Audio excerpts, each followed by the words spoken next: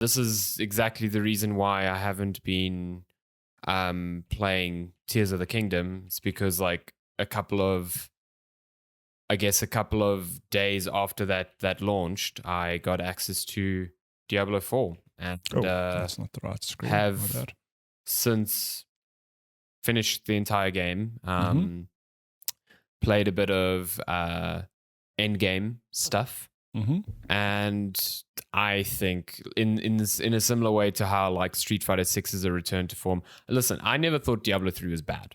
I had a really good time with Diablo 3. I acknowledge that it had issues at launch, but I am firmly of the opinion that by the time they got to the Reaper of Souls expansion, so many of the pain points had been kind of ironed out. Yeah. And that expansion was exceptional. I thought it was super good, super fun, and established like the end game that went on for years with Diablo 3. No, I'm there with you in that I played Diablo 3 on launch and like I enjoyed it, but I think, you know, problems we had at the time, like auction house and whatever. So like it feels that you kind of finished the game and then, you know, you played it again and again. And the campaign wasn't that long, and it got it wasn't that long. The campaign also wasn't that interesting. I thought at the time, like it got boring really quickly. But then by the time Reaper of Souls rolled along, it's like, oh, you don't have to engage with the campaign. You can just run through these worlds, ticking off bounties, doing all sorts of interesting things, and that like really fixed the game. Exactly. And I think Diablo 4, you know, it's crazy to think that Diablo 3 came out like 11 years ago. Yeah. It's a crazy that amount makes me of time. feel old. So Diablo 4, it shouldn't be surprising that, hey, this game is like learned from all the years that Blizzard supported Diablo 3 and, you know, some of the things that it attempted in Diablo Immortal. And I think Diablo 4 is a culmination of all of those ideas realized from the get-go as a foundation for a game that will evolve and will get better over time. So I think the thing that's most striking to me, and I said this in my review, was just how engrossed I was in the story. I think there's a much bigger emphasis on trying to tell a more engaging story this time around, and it works because you have all of these like in-game cutscenes where the camera like swoops down and you get to observe like conversations between characters far more intimately. There's a lot more focus on giving NPCs that join like your party or your quest like actual fleshed out backstories that you can kind of like engage with and see how they influence their decisions throughout the story. Yeah. And their interactivity is really fun. Like your party interacts a lot with you just kind of there listening. You know, your character speaks and takes part in it, but a lot of the time you're kind of just observing how your party members are discussing what's happening and their own takes on how to progress forward. And it's really, really good, I think. I can't get into specifics on many characters because, well, I'm barred from really talking about anything specifically beyond Act 2, which is not that far into the game. There are 6 acts in this game. Okay. It's a lot. Would Diablo 3 had 4? It was 4, Yeah, this one is much bigger in terms of story. I think the story took me about 30 hours. It was long. Yeah, it's quite a thing. Yeah, it's chunky. But yeah, I think part of that is also Lilith, who is the main antagonist of this one. Really good antagonist. Like, just, you know, in previous games, you're fighting like demons. Like, you're fighting Diablo. What is Diablo's goal? He's like, well, he comes from hell and he just... Exactly. It's like a very simple one note, like, he is bad, you need to stop him type of thing. Lilith is not that. Lilith is like, you know, for just like context, Lilith is one of the creators of Sanctuary, which is for all intents and purposes Earth that exists between heaven and hell in the Diablo universe. And part of the reason she created Sanctuary is so that she could like get away from the endless fighting between heaven and hell. And, you know, she considers all humans her children because it is something she built, she created.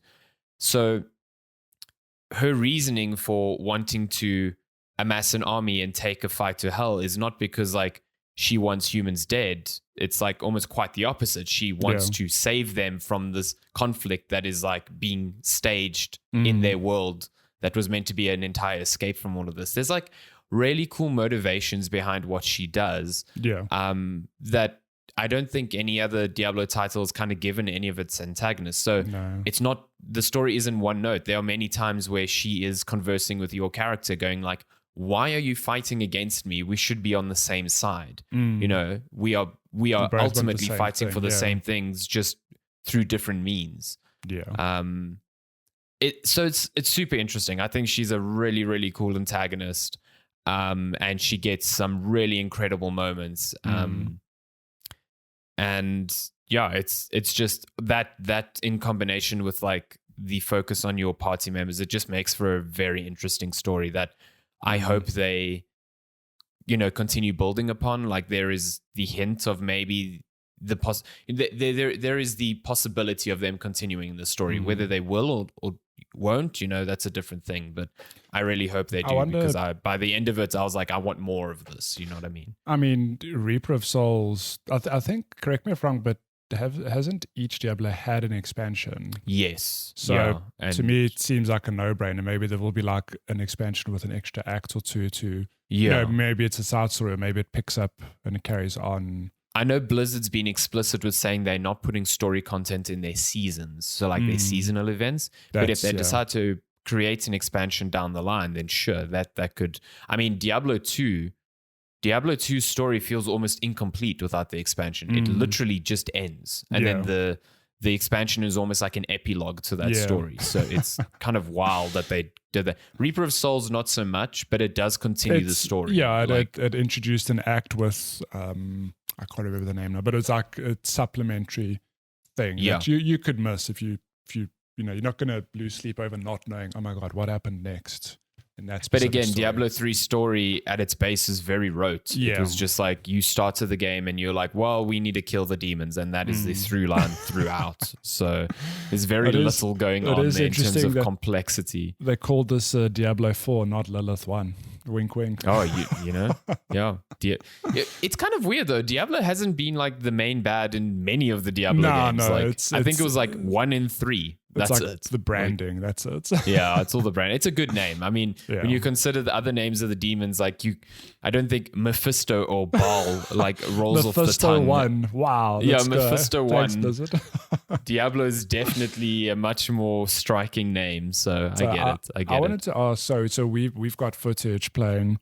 It's running. It looks like a locked 30. Is that just hard? Yeah, recorded? I think that's just the recording. Okay, but when you playing on PC, how was performance? I was playing on PC and it was like 140. Like I wasn't. I mean, I've got a powerful PC, but it's like no sweat. Like the one weird thing is that when it goes into like a cutscene, it goes to 30, which is strange to me.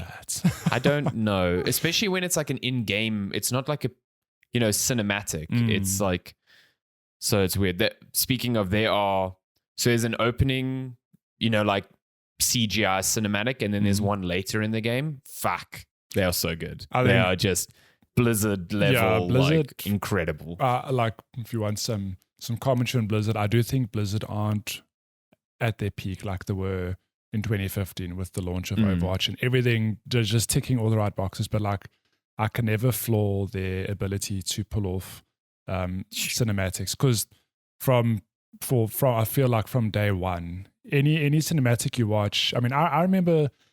Okay, I know there was Warcraft 2 before Warcraft 3, but I remember watching Warcraft 3 cinematics, going like, "Oh my God, like this is insane!" And now put it in 2023 when we are in a world where they can just do the same, but like way better. Yeah. I think my footage, I went to get a drink or something because my character hasn't moved in a very long time. Let's just skip along. Yeah.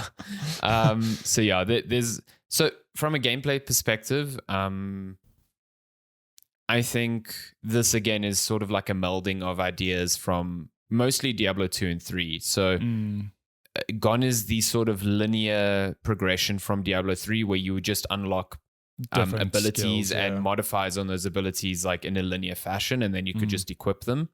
Okay. You've got a skill tree very reminiscent of the one in Diablo 2. Nice. But simplified to an extent. So you've got like the skill tree has nodes, like main nodes, and each of those nodes like feathers out into like 3 or 4 different abilities, which are like different sort of like subclasses for your ultimate class.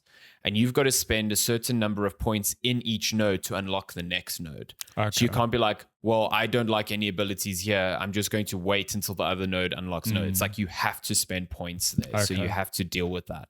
And then it just kind of progresses from there. And you reach the final like node of the skill tree by like level 30. It doesn't take super long, but then you have all these points afterwards to invest into either new abilities on the tree that you didn't get on the way down, or loads and loads of passive abilities that empower the spells and things that you've gotten. And you're limited to essentially 6 abilities at a time. You've got 4 on your hotbar and 2 for each click of the mouse. And if you don't put an ability in that space, it's inaccessible to you. You can't use it. And that goes for like abilities that are inherent to your class. So I was playing as the necromancer, and you start the game without anything. You start the game with the ability to summon skeletons. And as you progress, you will unlock the ability to summon like mages, and then eventually like a golem. And those aren't parts of your traditional skill tree. They're just part of your class. But if I don't equip the golem on my hotbar, I cannot summon him. He's not just there because of the fact. The same thing with the skeletons and the mages. So I have to give up space on my hotbar for those, and then decide what abilities I'm going to use to accentuate them. Or you have this ability where you can sacrifice your ability to summon all these creatures to get passive rewards instead, and then build a necromancer more like a pseudo mage with like blood and bone magic, which is like kind of cool. There's a lot of flexibility, at least from what I saw with my class, to try out different builds, and the game lets you respec fairly easily. You can just spend money and respec any number of times that you want, which is different to like Diablo 2, which only allowed you to do it once per playthrough, which I thought was crazy. And it's a bit more thought involved than Diablo 3, where you could just change skills whenever the hell you wanted. So I respec'd a couple of times. Like I went from like an exploding corpse build to like a full-on summoning build, and then I tried a bone build, and that didn't really work out. So like I'm pretty sure a lot of people are going to find viable ways to make all of these things work. But just to have the flexibility to choose when I wanted to change things up was kind of nice. That's very cool. I will say Necromancer is pretty great for solo play, purely because the minions help take some heat off you. That's very useful when it comes to bosses, because I think the boss fights here are really good and really challenging. They remind me of Souls games. They've got multi-phases. They force you to think about positioning in very astute ways. Like they're really, really good. Awesome. The bosses in the story are really good. The ones in the sort of like dungeons you find in the open world, they're a bit less so. Again, it reminded me a lot of like Elden Ring, where your main bosses were definitely highlights, but then the ones you found in like small open world ones were like, oh, that was fun, but it wasn't like as interesting. The world itself is now one big open world that is not like randomly rolled. It is a strict layout. So when you're progressing through acts, like you're literally just moving from one part of the world to another. You're not like Act 1 takes place in Tristram, Act 2 takes place in this place, and you're moving between them, and you don't have the ability to go back. It's like you can explore the whole map as you choose. You can even do Act 2 before Act 1. Like, oh wow! So it's not procedurally generated anymore. Is it like a fixed? This is the layout. The open world map is not. Okay. Yeah, it is a strict fixed. Oh, but the thing. Dungeons when you go into themselves dungeons, they've procedurally generated. Sense, Okay. Yeah, so it's nice because you can get a real sense of place in the open world. Which is quite cool. Yeah. Like this path goes to the deserts, or this path goes to the forests, or, and it is a huge open world. It is colossal. And you don't get your, one of the big features for this one was a mount so that you could walk around faster. You don't get that until about 3/4 of the game through. And you only get it once you've basically uncovered the entire map. So like, they want you to see the map first before they give you the ability to basically just run past enemies. Which is fine. I didn't really find it a huge hindrance, but by the time I got the mount, I was like, okay, I really fucking need this, because like I don't want to spend a load of time doing all of this shit again. Back and forth, but there's a lot of cool things. I think you have dungeons sprawled around the open world that on first completion, they give you something called an aspect of power. And essentially, this is like just an item that you can use over and over again.